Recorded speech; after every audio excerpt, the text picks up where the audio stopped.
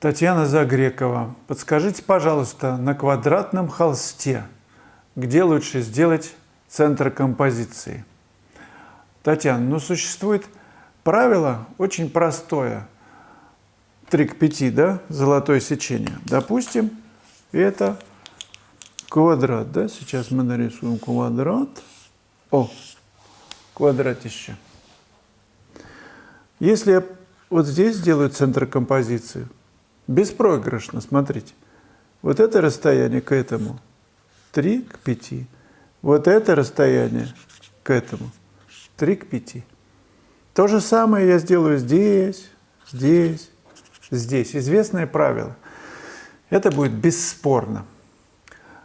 Но я сегодня проснулся, посмотрел на пейзаж в окно и увидел набережную с пирсами и зеленое полотно горы.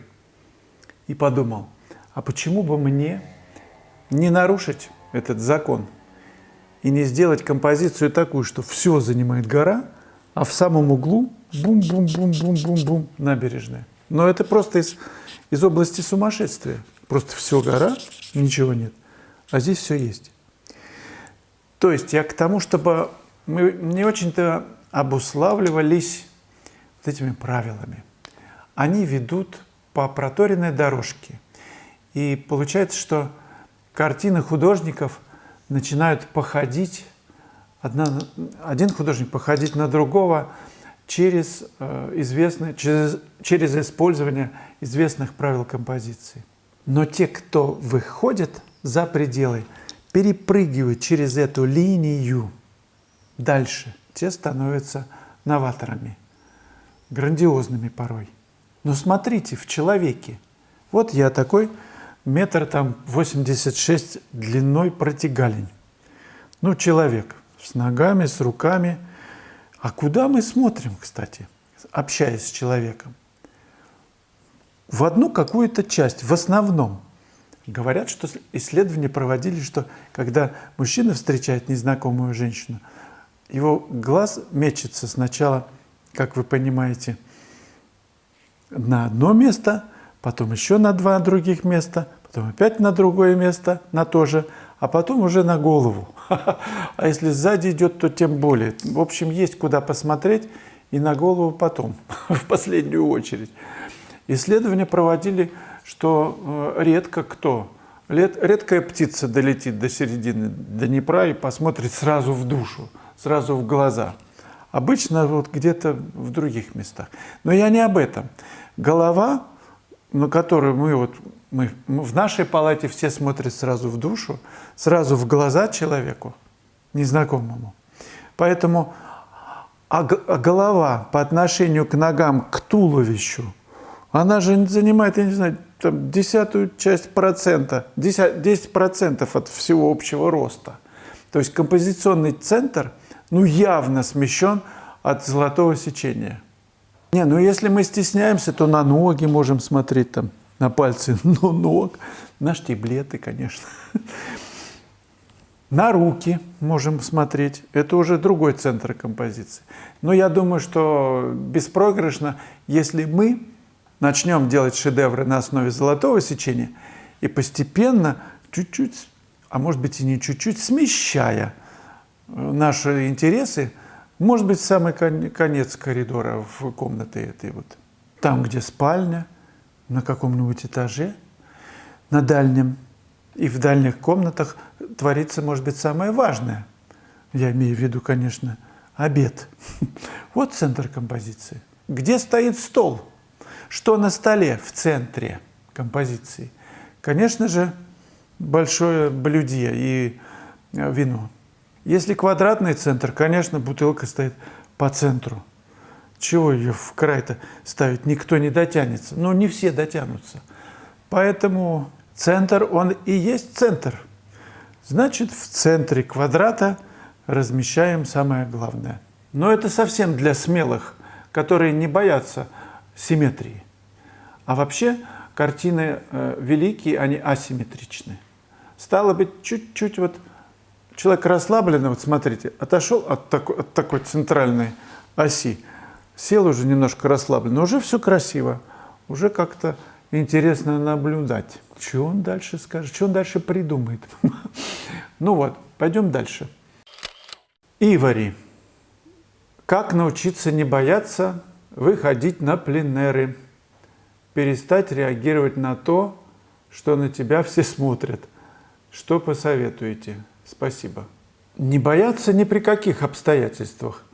По-моему, Карузо писал об одном случае, когда он вышел на сцену, и по сценарию режиссер придумал, что выходят слоны, настоящие слоны, ну, там, ряженые, и, значит, Карузо со своей арией начал петь, а человек, который на валторне, что ли, какой-то там дунул, там, какую-то ноту.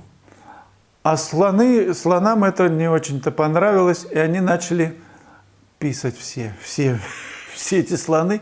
А сцена-то, она немножечко у нее наклон в эту яму, где этот валторнист дунул. И вся эта лавина, я бы сказал, 9-й вал, ну, немного подтопил этого валторниста, он еле убежал, и барабаны, и все так. То есть я к чему? К тому, что не бояться нужно. А Карузо пел дальше, невзирая ни на что. Нельзя же провалить выступление. Опера продолжается. Пусть, пожалуйста, затапливает. Ну, зрители-то целы. Ну, затопилась там половина оркестра. Голос звучит. Все действие продолжается. Все нормально. В любом случае, мы себя чувствуем учениками всегда. И если мы с такой позиции выходим на пленэр, ну, ходят люди туда-сюда ходят. Ну, что ему до ученика? Ну, учится человек. И с этой позиции ко мне часто подходили, начинали учить, естественно, как нужно писать, что у меня все вообще не так. И когда я говорю, что, ну, я ученик, я только учусь, уважение дикое возникает. Дичайшее. Ну, в смысле, адекватное уважение к человеку, который учится, постигает. Он еще маленький, он не все умеет. Ну, что с него взять? Ну, только можно пожалеть. Да, кстати, Петя, мой знакомый художник, он во Франции писал, говорит, зима была в Сите, ветер какой-то жестокий, колючий дул, и, по-моему, снег. А он писал этюд, и какая-то девушка, значит, наблюдала за ним, что он пишет этюд, бедный художник. Она пошла и принесла ему багет, значит, с ветчиной, чтобы его хоть накормить, хоть как-то. Он говорит, что я отнекивался, сказал, что ничего не нужно, что все в порядке, я просто пишу, мне это нравится. Ну, вот такое впечатление. Вы понимаете, у людей как жалость к художнику. Он работает, он бедный, его надо пожалеть, накормить. И, в общем, мальчик один подошел, я уже рассказывал этот эпизод, он говорит, что дядя ничего, неплохо рисует, хорошо рисует, только неаккуратно. Родителям он сообщил. Это я в Которе работал, я просто стоял, писал, ничего не замечал. А мои коллеги, студенты, на класс, которые приезжали, девушки, они стали как самураи, лицо, спиной к спине, вот так, последняя оборона. Спиной к спине, и каждый писал этюд. А другие еще за колонны прятались, чтобы нельзя было пробраться. Все равно, конечно, пробирались зрители из-за каких-то колонн, вы щелкали там. Все. Но лучше всего ходить с кем-нибудь вместе. Тогда не будет так страшно. В паре с кем-нибудь. Одна девушка-психолог, один иностранец. Это мы около Третьяковки писали. Тоже класс был. Значит, и он начал щелкать без спросу. Иностранец, по-моему, японец. Она психолог. Она повернулась и такими шагами на него пошла и как начала что-то такое злобное кричать. Он исчез тут же на какую-то дальнюю лавку. И она возвратилась и сказала, что не может писать вообще, когда ей мешают. Психолог, ей можно. Хорошо, что кисточки не обломала у меня. Ну вот, так что я думаю, что не надо бояться. Все равно все завидуют. вы пишете. Они так не могут, иначе бы они не подходили. Если человек умеет рисовать, писать, он понимает это, он с таким уважением подходит. Или просто незаметно подсмотрит так и уйдет, не помешав. Учить начинают те, кто критики. Они же не могут писать, они критиковать могут. Ну и что? Пусть критикуют. А что на них обращать внимание? Ну, покритиковал человек. А может, он дельное что скажет. Главное, как мне кажется, чтобы разговор не затягивался надолго.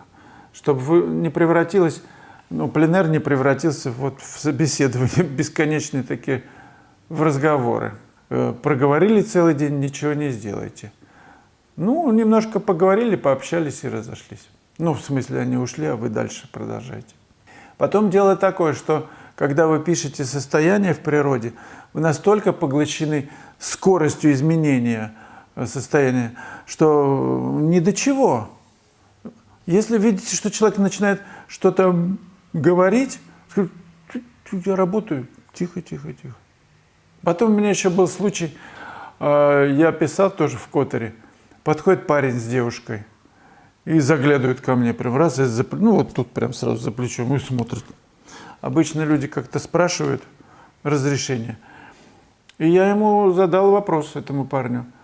Можно, говорю, спросить вас. Вот вы, например, пишете письмо какое-то потаенное кому-то, интимное, например.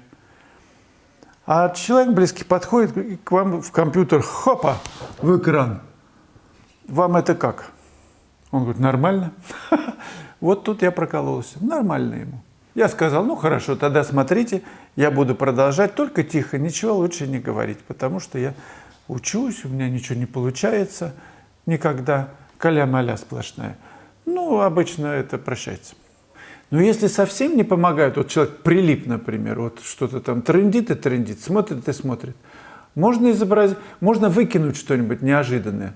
У меня, например, я когда дворником работал 4 года, 4 года подбирал, жил в теплом стане, жить было негде, и все время я дворничал. Меня уволили по статье, потому что я не отколол в какой-то там лед в какой-то момент, и уволили. Было весело очень. Так вот, там был начальник Жакта. У него такая проблема была. Он говорил и немножко, когда нервничал, у него клацал зубами. Можно такое придумать, какую-то штуку, что человек начинает вам говорить, а вы начинаете такой прием использовать. Или слюньку можете пустить, чтобы она прям вот так пенка пошла. Уйдет он сразу, вытрите салфеткой или клацните что-нибудь такое. Только чтобы это было естественно, конечно. Еще есть прием, чтобы отошли. Немножко вы разговариваете с человеком, можете, например, потихоньку начать приближаться, а смотреть чуть-чуть выше головы. И кивать ему, а смотреть, не в глаза ему, а вот чуть-чуть выше. Возникает полное ощущение, что идиотизма, что он подумает, что с идиотом разговаривает, и уйдет сразу. Такое проверено. Сегодня очень весело, но вы не забывайте там ставить эти самые закорючки, крючки и крестики, конечно. И про то, что скидка-то в школе у нас есть, 10% на все уроки, все. В моей школе заходите, выбирайте этюд, анонс для примера. Многие не любят писать натюрморты, но это до поры до времени, пока ты не почувствуешь красоту цвета, пока он не войдет в тебя, пока ты не взорвешься от того, что ты видишь эти отношения тона и цвета, прежде чем ты начинаешь писать. Ты видишь, что из того или другого мотива может получиться. Ты долго занимаешься постановкой с тем, чтобы, наконец, вот с этой точки зазвучала музыка живописи. 27-й урок, этот натюрморт с коньяком, именно о таком волшебном звучании цвета. Ничего особенного. Графин, рюмка, кусочек бирюзовой ткани. Но как это красиво, как это уложить в холсте. Композиция простая. Но отношения очень сложные и очень интересные. Посмотрите этот урок и сделайте что-то подобное. Присылайте мне на видеоразбор. 27-й урок. Натюрморт с коньяком.